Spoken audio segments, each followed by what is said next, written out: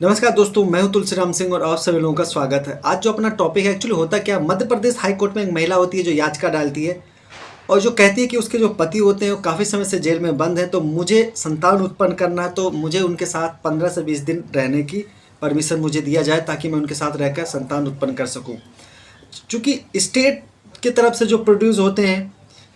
जो advocate produce होते हैं, प्रस्तुत होते हैं, उनका कहना होता है, कोर्ट में जो जाते हैं उनका कहना होता है कि जो महिला है वो संतान उत्पन्न करने की जो उम्र है वो क्रॉस कर चुकी है, तो अब नहीं लगता कि ये संतान उत्पन्न कर सकती है। जो कि महिला के पास ठोस रीज़न होता है, क्योंकि जो महिला होती है वो राजस्थान हाईकोर्ट का एक बहुत ही फेमस जजमेंट है जिसका सहारा लेते हुए याचिका डालती है। जजमेंट का नाम है Nandlal through his wife Rekha versus state of Rajasthan, जिसका सहारा लेते हुए याचिका डाला जाता है। इस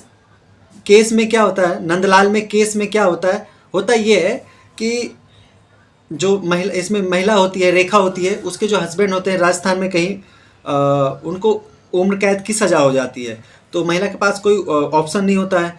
तो वहाँ पे भी वो यही याचिका डालती है कि मुझे उनके साथ में रहना है और संतान उत्पन्न करना है। तो जो माननीय राजस्थान हाई कोर्ट होती है ना, उस महिला को साथ में रहने के लिए उसके पति को 15 दिन का पेरोल दे देता है। तो उसी आधार पर जो मध्य प्रदेश हाईकोर्ट का मामला है वो यही होता है, उसी को सहारा लेते हुए याचिका डाली जाती है। एक्चुअली कुछ लोगों का ये भी कहना होता है कि इस महिला ने अपने पति की वेल के लिए याचिका डाली थी, लेकिन हाईकोर्ट, मध्य प्रदेश हाईकोर्ट में याचिका डालती है, लेकिन किसी और डिवीजन बेंच द्वारा उस याचिका को खारिज कर दिया जाता है। फिर उसके बाद में जो याचिका डालती है वो ये याचिका डालती है कि मुझे अपने पति के साथ रहना है और 15 से 30 दिन का समय चाहिए, मुझे उनके साथ रहकर संतान उत्पन्न करना है। अब चूंकि जो स्टेट गवर्नमेंट की तरफ से जो प्रोड्यूस एडवोकेट जो प्रस्तुत हुए थे कोर्ट में, उनका कहना था कि महिला की उम्र है वो काफ़ी ज़्यादा हो गई है, तो संतान उत्पन्न नहीं कर सकती है। इस आधार पर उस केस को रद्द करने की बात कर रहे थे, लेकिन माननीय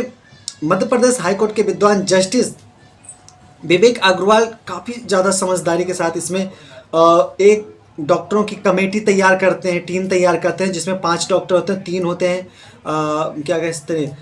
महिला स्त्री रोग विशेषज्ञ होते हैं। तो इन पांचों डॉक्टरों की जो टीम होती है उनसे कहा जाता है, निर्देश दिया जाता है कि आप 15 दिन के अंदर इस महिला की जांच करके एक रिपोर्ट बनाकर कोर्ट को प्रोड्यूस कीजिए, प्रस्तुत कीजिए कोर्ट में, और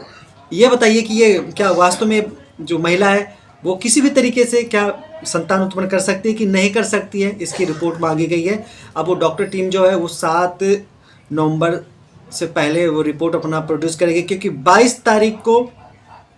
22 नवंबर को इस केस की दोबारा सुनवाई है, डेट लगी हुई है। तो अब जो दूसरा डेट आएगा वो डॉक्टर की जो रिपोर्ट होगी उसके आधार पर कहा जा सकता है। अगर डॉक्टर ने रिपोर्ट में ये कहा कि हाँ ये महिला वास्तव में संतान उत्पन्न कर सकती है, तो महिला के पति को बेल मिल सकती है या उसको एक साथ में रहने का मौका मिल सकता है। लेकिन अगर डॉक्टरों ने कहा कि नहीं कर सकती है, जहाँ तक अगर हम अनुमान लगाएं या देखें तो यही हो सकता है कि अगर डॉक्टरों की टीम कहती है कि नहीं उत्पन्न कर सकती है, तो शायद बहुत कम चांस मिलेगा उस महिला को अपने पति के साथ रहने की। जो 22 नवंबर की सुनवाई है उसमें माननीय मध्य प्रदेश हाईकोर्ट के विद्वान जस्टिस द्वारा क्या कहा जाता है और क्या निर्णय लिया जाता है, तो प्लीज़ इस चैनल को फटाफट सब्सक्राइब कर लीजिए और बेल आइकन को ऑल पे कर लीजिए, क्योंकि जैसे ही इससे रिलेटेड जजमेंट आएगा सबसे पहले आपको बताया जाएगा। तो अगर आप जानना चाहते हैं तो सबसे पहले आप वीडियो अगर चाहते हैं कि आप देख सकें तो आपको नोटिफिकेशन मिलेगा जब आप चैनल को सब्सक्राइब कर लेंगे।